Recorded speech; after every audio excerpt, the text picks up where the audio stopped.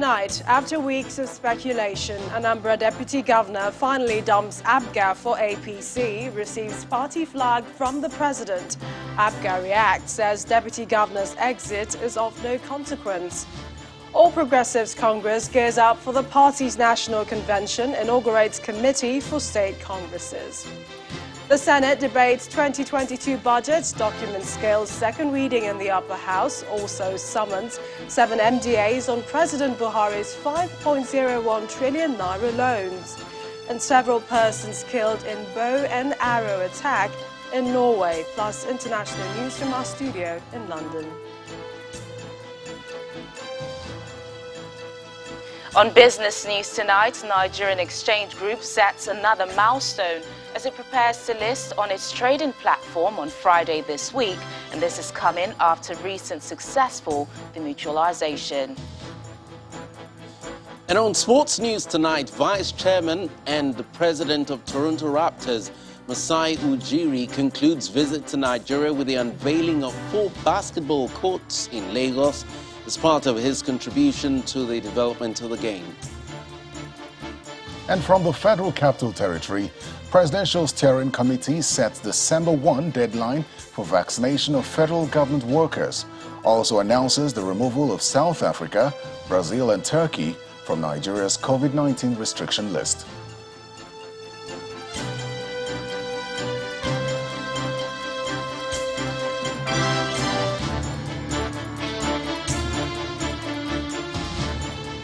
We begin with politics. With less than 1 month to the Anambra state governorship election, the deputy governor of the state, Nkem Okeke, has defected to the All Progressives Congress from the All Progressives Grand Alliance. Following that decision, Mr. Okeke was presented to President Muhammadu Buhari by the chairman of the APC Caretaker Committee, Mai Mala Buni, and the Imo State Governor, Hope Uzodinma. The president commended him for the move, saying Mr. Okeke made the right decision. After the meeting with the president, Governor Uzodinma told journalists that there will be more defections into the APC before the November 6th governorship election.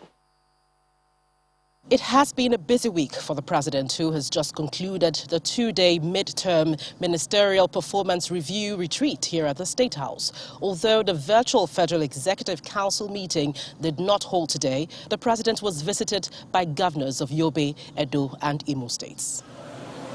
Chairman of the All Progressives Congress National Caretaker Committee, Mai Mala Buni, accompanied by Governor Hope Uzodinma of Imo State, is back at the State House to present formally yet another defector to the president. This time, it's the Deputy Governor of Anambra State, Dr. Nkem Okeke. When APC approached me about joining a party, I thought, seriously about it, and I felt, well, if I want to make a contribution to society, you can only do it 2 ways, either in the private sector or in the public sector. And I'm more comfortable in the public sector. And I believe that with you as president, what I can do before we hand over March 17th next year, that hopefully after that I'll still be able to contribute to your administration, Mr. President. And our people believe that our policies that is meant to integrate and unite Nigeria will be a strong legacy we leave behind. No wonder even elected members of the National Assembly are joining APC now, even to the extent that the Deputy Governor of Anambra State has just joined. I'm also aware that if the governor has his way, he will join. We'll also try to extend hands of friendship to him. His action is considered very courageous by the president. It's needed throughout the country, and the important thing is that we are making people to understand that we are working for greater Nigeria. So you are welcome, and I respect your courage for taking decisions. For you to come out courageously, bring along your supporters, and explain to the rest of people that this is the best direction for your geopolitical zone, this is the best position for you. I respect your courage, and I congratulate you and I welcome you to the party. Shortly after, the Imo State Governor tells State House correspondents that the successful lobbying is owing to the deft persuasion and counselling by the Campaign Council, which he chairs, debunking claims of financial inducements. So I don't want to lament. In political program, you can lobby people. And I don't think APC has money to start buying people or giving people money. All we did was try to convince our people through persuasion and counseling. Addressing other concerns, particularly the recurring sit-at-home order, he maintains that the issue is being politicized by the opposition because those issuing the order are faceless. From the presidential villa, Gloria Umezuki, Channels Television News. Well, in reaction, the All Progressives Grand Alliance says the defection of the Deputy Governor of Anambra State, Dr. Nkem Okeke, to the APC is of no consequence. In a press statement, the party explains that the defection was long expected since he had been begrudging everyone over his inability to secure the governorship ticket of the party for the November 6th election. According to the statement, the Deputy Governor had thought that the Governor and the party were going to hand over the governorship ticket of the party in the last primary to him on a platter. And when that didn't happen, he started behaving abnormally, even to the point of insubordination and dereliction of duty. The party says it views the exit of the Deputy Governor without formal notification to the party or his principal as uncalled for, ill-timed, ill-advised, as the Governor had always treated him with respect, love and consideration. The party says it frowns on the desperation being exhibited by the opposition APC in the build-up to the November 6th governorship election, calling on all members of the party to remain united to ensure that ABGA wins the election with wider margins. Meanwhile, the APC has inaugurated its State Congress Committee chairman and secretaries, charging them to sustain the gains already made by the party's leadership. Speaking at the inauguration ceremony in Abuja, the National Secretary of the party, Senator John Akpano-Adedehe, appealed to the newly inaugurated party officials to work hard and prevent disagreements that would affect the party's fortunes come 2023. Just yesterday, the Senate okayed the direct mode of primaries for nomination of candidates and also electronic transmission of results subject to harmonization by the Joint Committee of the National Assembly. Our party members can now appreciate the wisdom of the leader of our party, President Muhammad Buhari, when he pushed that the party be taken back to the grassroots. Therefore, it behoves on us as party leaders to sustain the progress we have made and the gain we have recorded thus far. We expected that every bickering be nipped in the bud. So, we circled the wagons and approached the 2023 election as a unit. As chairmen and secretaries of the state congresses committees, you are expected to conduct yourself in a manner that endangers confidence in the process. You all were carefully selected based on your proven records. The party trusts in your strength of character, integrity, and capacity to be fair. We expect the very best from you all. Staying with politics, the People's Democratic Party's Northern Leaders Consensus meeting has suffered a setback as some stakeholders shun the meeting. Chairman of the Convention Organizing Committee, Governor Amadu Fintiri, says the meeting is adjourned till tomorrow, Thursday, to allow for further consultations. The party's Northern Committee had called a meeting at the Bauchi Governor's Lodge in Asokoro, Abuja, to whittle down the number of candidates contesting for the chairmanship and other positions ahead of the party's forthcoming national convention. The closed-door meeting is holding on yesterday. A similar meeting was held by the North Central Caucus of the party, where they chose Professor Iyorchia Ayu as a consensus candidate for the chairmanship slot in the October 31st convention. PDP leaders from the north had agreed Thursday to set up a 20-man committee that will streamline the number of contestants from each of the zones in the region ahead of the party's national convention. Let's go over to the National Assembly, where the Senate has passed the 2022 appropriation bill through second reading following conclusion of the debate on the bill as presented by the President. The lawmakers have also summoned heads of MDAs following their failure to appear before Senate committees. Meanwhile, the House of Representatives has commenced its own debate, which is expected to continue tomorrow. Our correspondent Terry Kumi reports. It's the second day of debate on the 2022 appropriation bill in the upper chamber. Lawmakers note the 6.26 trillion naira deficit and the proposed borrowing plan. But the foreign loans, Mr. President, if they be geared towards wealth creation, employment opportunities, increased productivity, and better infrastructure facilities, I think it's going to be a welcome development. 73% debt to revenue ratio is the highest among African countries of our level, which is extremely high. We are the highest country in Africa in terms of debt service and revenue ratio. And we really need to watch that. The legislators want Parliament to scrutinize the recurrent expenditure of the ministries, departments and agencies. When these agencies come for budget appraisal or budget performance before their standing committee, they don't disclose whatever is released to them for service-wide vote. This has been the practice, and I think it is very wrong. President of the Senate is furious with MDAs for failing to honor the invitation of the Committee on Aids and Loans. We are giving them just 1 week to appear before the Committee on Loan and Foreign Debts, and if they fail to appear, we'll take appropriate and prompt action. The upper chamber then passes the bill through second reading and adjourns till the 9th of November to allow for budget defense. Mr. Speaker, Meanwhile, the lower chamber commences its own debate, with lawmakers questioning certain allocations and parameters. We have heard about recoveries of loot and misappropriated funds. Mr. Speaker, if we apply this, it can help in reducing our deficit and our borrowing. The pegging of oil price at $57 per barrel is totally quite very low, Mr. Speaker. It's not sustainable.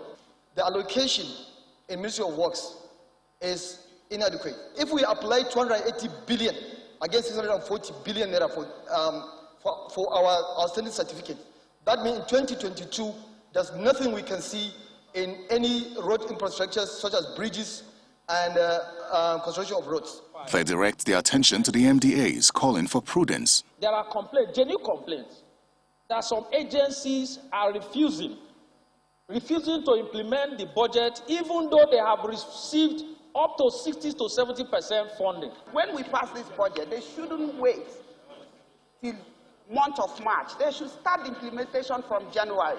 And of course, the procurement processes should also be reviewed to make sure that they don't waste people's time, because most times it's not about the fund release, it's about the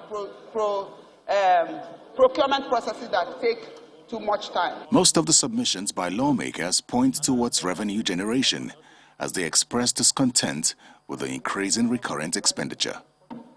Terry Ikumi, Channels Television News.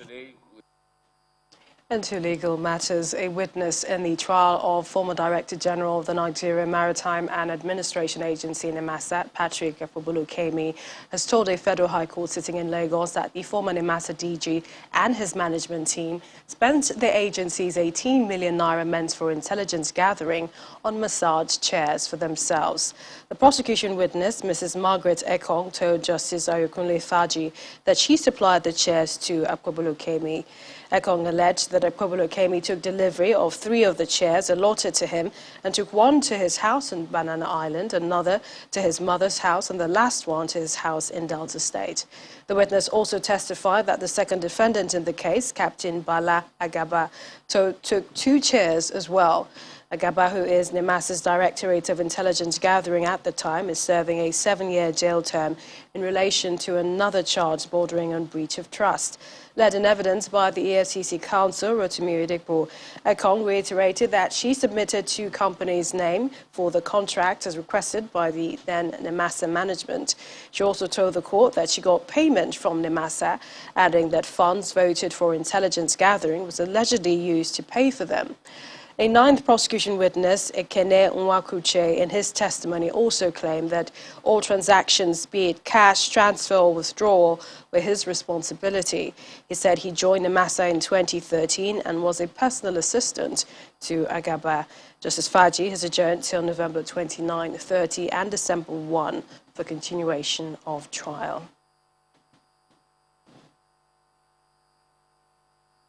In part 2, after the break, we have more legal matters as court threatens to revoke Fani Kayade's bail. Plus, the Inspector General of Police, Usman Alkali Baba, meets with squadron commanders, encourages them on teamwork. That's in a moment. Please stay with us.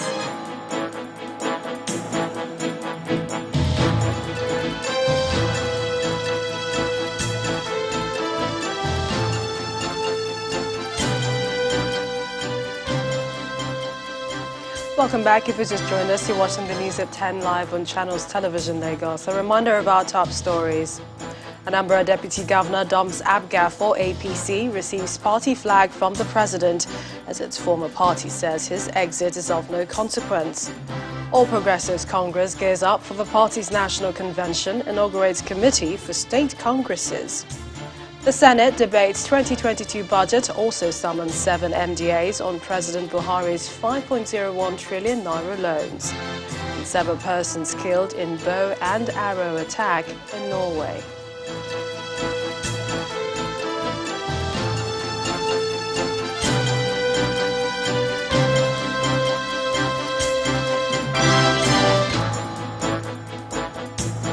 Continue with the courts. The Federal High Court sitting in Lagos on Wednesday ordered a former Minister of Aviation, Femi Fani-Kayode, to pay a cost of 200,000 naira for being absent at his rearrangement. Justice Daniel Osago said that having gone through the court's file, he had noted 5 different letters seeking adjournment on the same medical grounds. The court consequently ordered that the defendant, Femi Fani-Kayode, pay a cost of 200,000 naira or stand the risk of having his bail revoked. The Economic and Financial Crimes Commission, EFCC, charged Fani-Kayode alongside a former Minister of State for Finance, Denari Usman, one Danjuma Yusuf, a former chairman of Algon, a limited liability company, Joint Trust Dimensions Nigeria Limited. The EFCC preferred a 17-count charge of 4.6 billion naira money laundering against them before Justice Mohammed Aikawa.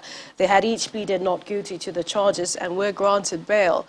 Trial had begun before Justice Aikawa and witnesses were still being led in evidence until the judge was transferred out of the Lagos jurisdiction. The charge was subsequently assigned to a new judge, Justice Osago, and the defendants were scheduled for rearrangement today. And the Inspector General of Police is meeting for the first time with squadron commanders of the police mobile force in Abuja. Part of the decision to summon the meeting, according to the IGP, is to create a forum for brainstorming on current internal security developments, to review professional issues in relation to activities of personnel, and come up with potent action plan to tackle the current security slide in the country. It's less than 3 weeks to the Anambra governorship election, and the Inspector General of Police is meeting with squadron commanders to brainstorm on the current internal security, review professional issues in relation to the activities of personnel, and evolve a more potent action plan that will tackle the current security challenges in the country. It says safe and credible election in Anambra State rests on them, urging that they cooperate with other sister agencies. The task of securing our democratic values and guaranteeing a safe, secure and credible electoral process in Anambra State will rest squarely and majorly on some of you that are here, or your units. You must remain apolitical while being ruthless with violent elements and ill-guided political talks. that may wish to test our common will to deliver a transparent and credible electoral outcome. I am confident that, like other operations in which you have excelled, you will not let the Nigeria police and indeed the nation down in this critical national assignment. To further enhance their mobility and be combat ready, the IGP informs the gathering that plans were underway to procure more weapons and operational vehicles. Aside this, the Deputy Inspector General of Police in charge of operation has been tasked to commence the process of training and retraining of the operatives of the PMF in order to strengthen our special operational capacity and exposing you to modern tactical and combat requirements. This initiative will be structured to cover all officers and men across the PMF squadrons in the country. Despite being pleased with their operational strides, the IGP expresses concern about reports touching on unprofessional conduct by some of the operatives of the police mobile force across the country, promising to deal decisively with erring officers. Let's go over to Abuja, where Terry Kumi is standing by with more stories. Hi, Terry. Hello, Millicent.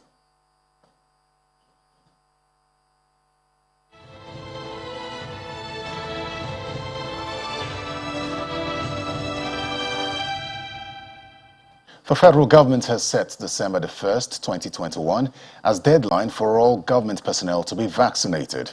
This was announced today by the Presidential Steering Committee on COVID-19 during its weekly briefing in Abuja.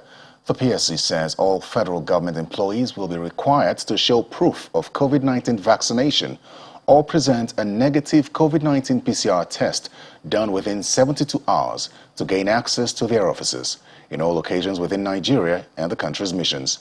It also announced the removal of South Africa, Brazil and Turkey from the COVID-19 restriction list. Over several months, 4 countries were placed on high-level restriction for travelers from such countries. The Presidential Steering Committee has, after a review of the development in these countries, decided to remove further South Africa, Turkey, and Brazil from the restricted list. As you are aware, the United Kingdom has eased restrictions on fully vaccinated travelers from Nigeria to the UK, with effect from 11th October 2021.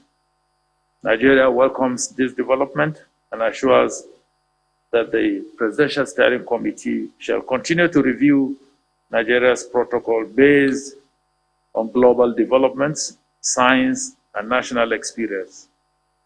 A revised protocol will therefore be issued in full in the next 24 hours.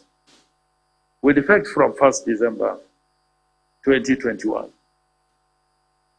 all federal government employees shall be required, all without exception, shall be required to show proof of COVID-19 vaccination or present a negative COVID-19 PCR test result done within 72 hours to get access to their places of work in all locations within Nigeria and in our missions.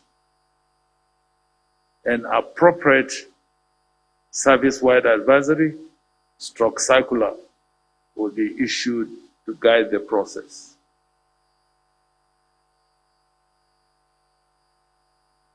Meanwhile, it appears that plans to impose vaccine passports for African air travelers is not going down well with the continent's aviation ministers.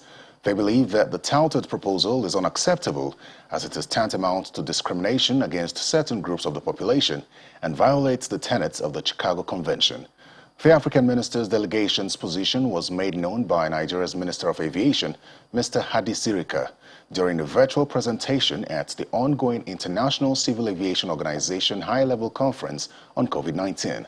According to him, the continent still has a considerable number of its citizens who are not yet vaccinated. The ministers agreed that rather than impose vaccine passports, state parties to the Convention on International Civil Aviation should continue to minimize the risks during travel by ensuring compliance with existing multinational treaties, international frameworks, guidelines, and recommendations.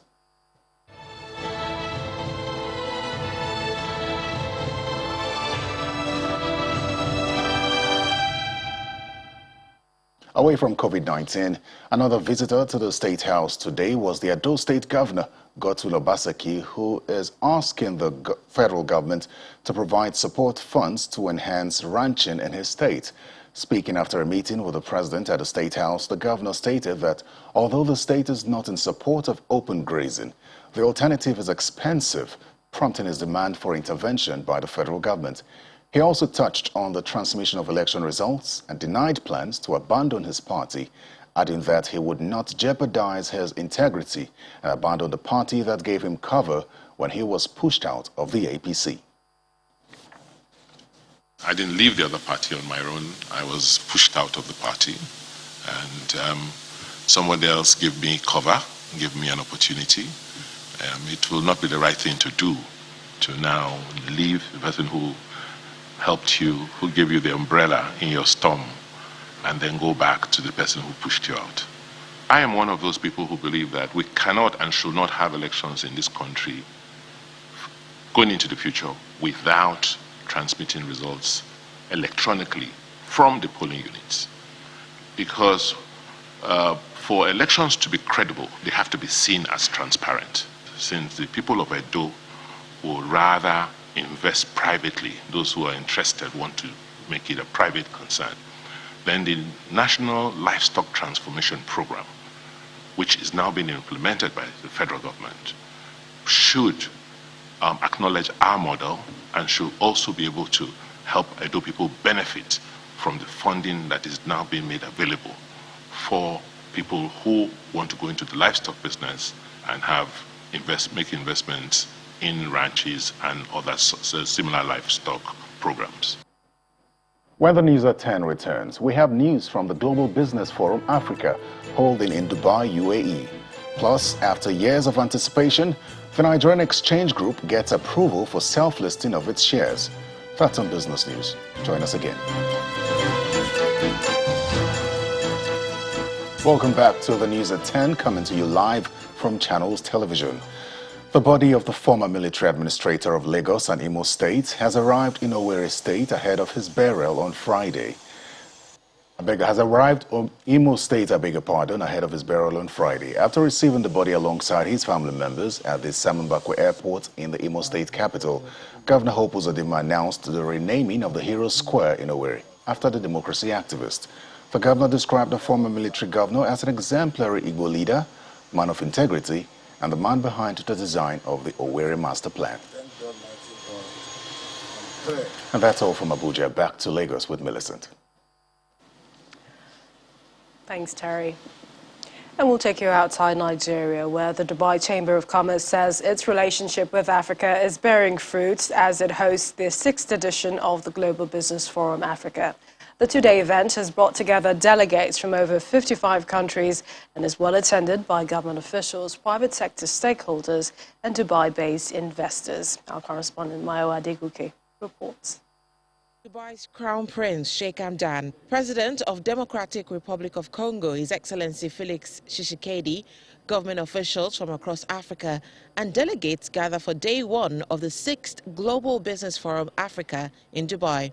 It's the first global event on Africa post-COVID, and host Dubai Chamber of Commerce is keen to build on existing trade ties.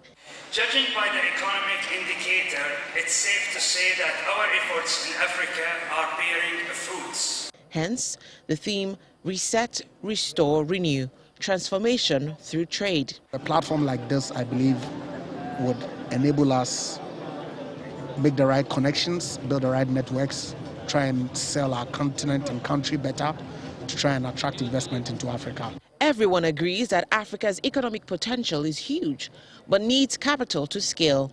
Barriers to growth highlighted include infrastructure deficits, transparency in governance, and better regulations. In Africa, you have great companies that do amazing things, right? But when you look at the macroeconomic situation, sometimes at the regulation, sometimes at the FX stability, the valuation on the FX, those elements have massive impact on the valuation of companies. Angola is fully committed with the participation into this Africa Free Trade Zone. So it's a goal for us. We need it. International partners need to start looking at Africa as blocks, right? So if you have, say, country X trading in 3 or 4 countries at the same time, and they're able to create synergy across those countries, it creates for a much, much better value for position from an investment perspective, and also for them to actually benefit from the continent versus trading with silos countries. Bridging the gap in investments for female-led enterprises is of interest to some delegates who say more needs to be done for the women folk. When you've got that holistic view, you find that economies actually start to work better. Diversity and inclusion is a topical issue for that very reason.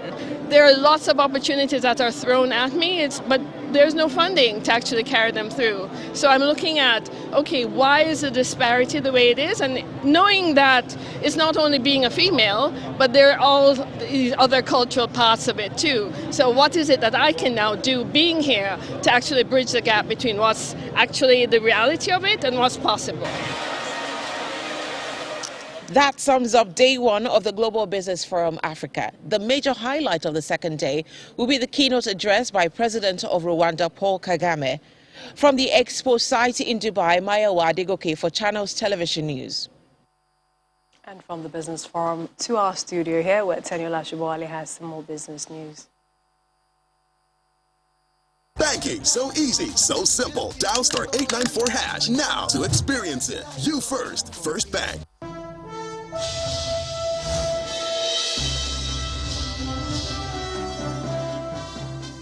Thanks a lot, Millicent. The Nigerian Exchange Group is set to list its shares on the main board of its own trading platform on Friday, October the 15th, after receiving approval from its subsidiary, the Nigerian Exchange Limited. In a statement issued today, the chairman of the NGX Group, Abimbola Ogunbajo, said the company would undergo a listing by introduction of more than 1.964 billion shares admitted to trading under the ticker NGX Group. The announcement of its listing follows the successful completion of the demutualization and restructuring exercise of the defunct Nigerian Stock Exchange and its related operations, which gave birth to the Nigerian Exchange Group PLC. Meanwhile, the Group Managing Director and Chief Executive Officer of the NGX Group, Mr. Oscar Onyema, says interested investors would purchase shares in the group through trading license holders on NGX. The central bank has directed banks in the country to apply exchange rates on the investors and exporters window of the forex market for outbound payments through the Pan-African Payments and Settlement System. A portion of the statement released by the financial market regulator mentions that export proceeds repatriated to CBN under PAPs should be subject to certification by respective processing banks as being repatriated by the exporter, while eligible payment of imports and receipt of export proceeds by the CBN shall be restricted to trade-back transactions only. PAPs is the first centralized payment market infrastructure for intra-African trade and commerce payments, processing, clearing, and settlement.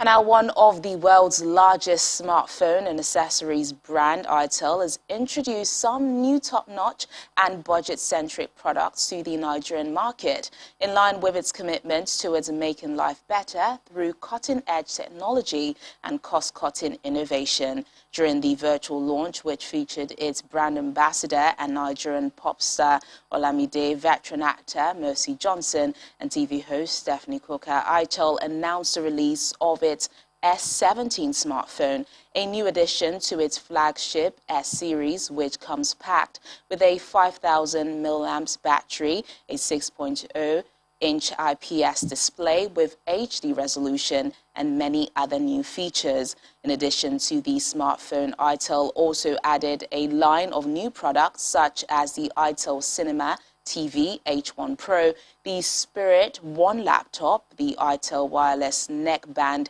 N53F, and several other pocket and user-friendly products. itel, which is a China-based mobile phone manufacturing company, is one of the world's largest and most affordable smartphone, television, and accessories brands. Well, let's check in on the stock market now. The bull is still in control of trading activities at the local bourse as its key indicator enters a new level at the close of today's trading session. Layo Adegoke has the details. Thank you for joining us for the stock market report. It's another win for the domestic stock, and that's because the key indicator of stock performance entered a new level amid continued buy sentiment from investors. Well, today's trading session ended with impressive gains across all indicators of the Nigerian exchange. Take a look at this. The market's benchmark index crossed the 41,000 points today after notching up by 0.38%, and that represents 81 billion naira addition to the total value of listed equities. Over to the sectoral performance chart. It's green colors across the 5 sub-indexes of listed equities, and that tells you that investors are really taking advantage of their low prices, particularly bank stocks, as you can see on the screen. However, the total turnover volume and value of shares transaction were not impressive when compared to Tuesday's session, as they fell by 20.87% and 12.36% each. But the shares of FBN Holdings is still the most sought after, as indicated on the top trades list. Meanwhile, Transcorp is top out of 29 gainers with a 9.94% increase on its share price, while FTN Cocoa led a pack of 13 other losers with an 8% loss. That's it on the stock market report. I'm Layo Adegoke.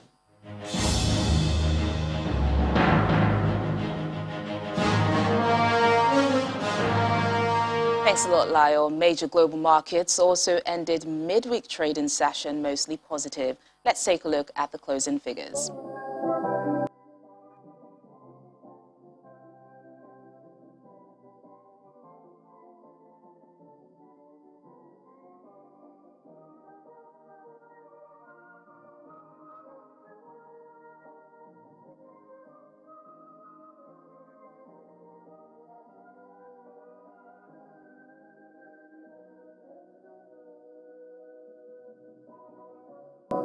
And that's business news tonight. It's back to Millicent for the rest of the news at 10. Banking, so easy, so simple. Dial star 894 hash now to experience it. You first, First Bank. Thanks, Taniola. Still ahead on the news at 10. Several persons killed in bow and arrow attack in Norway, as European Commission announces measures to alleviate surging energy prices. This and more in Around the World in 5. Please stay with us. Several people have been killed and others injured in Norway after a man used a bow and arrow to attack them. Police say a suspect has been caught and appears to have acted alone. Meanwhile, Hollywood actor William Shatner has become the oldest person to go to space. He blasted off from the Texas desert with 3 other individuals for a trip lasting about 10 minutes. Here's Simon Pusey with more international news and Around the World in 5. Good evening and welcome to the Channel Studios here in London with your international news around the world in 5. The European Commission has announced a package of measures to alleviate an energy price surge that has sent bills skyrocketing across Europe. The approval of tax cuts and the joint purchase of fuel by the EU members were among the proposals put forward. Energy prices have hit record highs for various reasons, including high demand for natural gas as economies recover from the COVID-19 pandemic. The wholesale price of gas has increased by 250% since January, triggering a knock-on spike in costs for consumers and businesses. Meanwhile, Russia's president has also been talking about the crisis, saying that the international gas market is not stable or predictable. Vladimir Putin was speaking at an international energy conference in Moscow. It's as the European energy crisis continues. Last week, Vladimir Putin said energy giant Gazprom would increase supplies to the market to help drive prices down. The Chinese president and German chancellor have said their goodbyes via a video call. Xi Jinping and Angela Merkel discussed the European Union's stalled investment accord with China, human rights and other issues in what was described as a farewell bilateral talk. Merkel will leave office after the next government is formed in Berlin. The influential younger brother of the late Algerian president, Abdelaziz Bouteflika, has been sent to prison for 2 years for obstructing the course of justice. Said Bouteflika was sentenced alongside the former justice minister, Tayeb Lou, and businessman Ali Haddad. All three were detained after President Bouteflika was forced from office in 2019. A raging wildfire in Santa Barbara in California has burned about 2,000 acres of land, forcing the closure of parts of the main highway. We're in the fire. The fire has 0% containment and local residents have been evacuated. I can't even see in front of me. Last month, US President Joe Biden approved a disaster declaration for California after a series of wildfires hit the state. The fires have been stoked by sweltering, dry conditions that experts say are symptomatic of climate change. Locals in Mexico's Mazatlan, a tourist town on the west coast, are preparing for Storm Pamela, which is due to hit the area later. Residents have been protecting storefronts and tying up boats ahead of the storm. The US National Weather Center predicted it will strengthen into a hurricane. The storm currently has maximum sustained winds of 110 kilometers per hour. Footage has emerged of the North Korean leader watching an extreme martial arts demonstration by soldiers at a military event.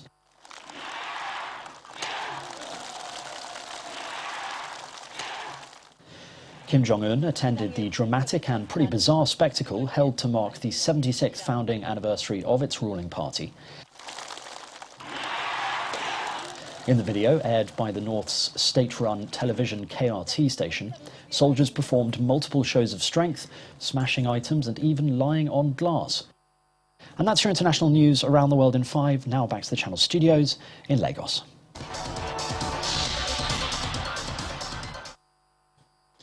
Welcome to Sports News. Vice Chairman and President of Toronto Raptors, Masai Ujiri, admits he is fulfilled, contributing his quota to the development of basketball in the country. Ujiri, who is one of Nigeria's biggest names in basketball, unveiled 2 basketball courts at Ilupeju Grammar School and a new practice court for the Lagos Warriors professional basketball team earlier today. The basketball courts are in addition to 2 others already unveiled at Ijesha-Tedo Grammar School and a community park in Oronshoki, as he targets 100 basketball courts across the continent.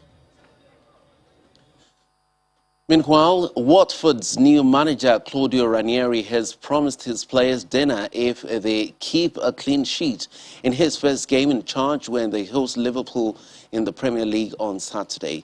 The 69-year-old is the 13th managerial appointment in 9 years for the club's owner, Gino Pozzo, who fired Xisco Munoz this month.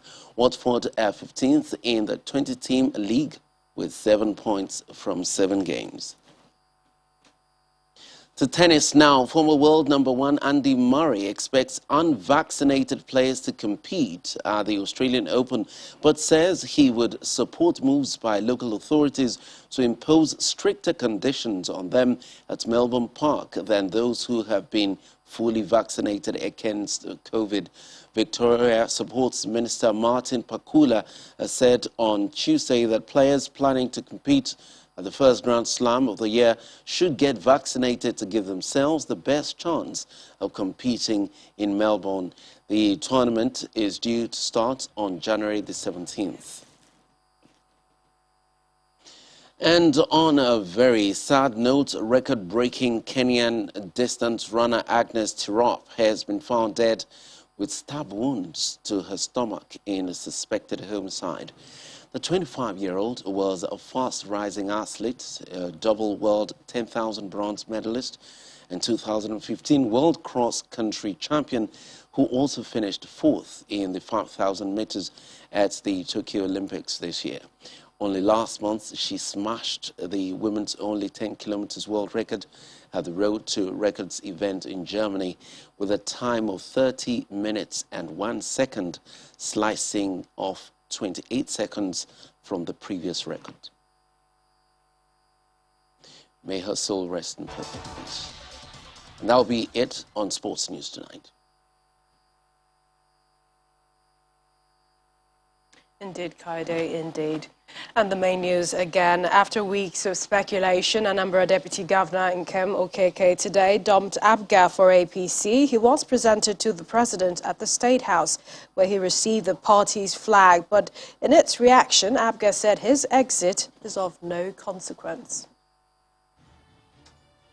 That's News at 10 tonight. Thank you for watching. I'm Millicent Walker. Have a good night. Stay safe.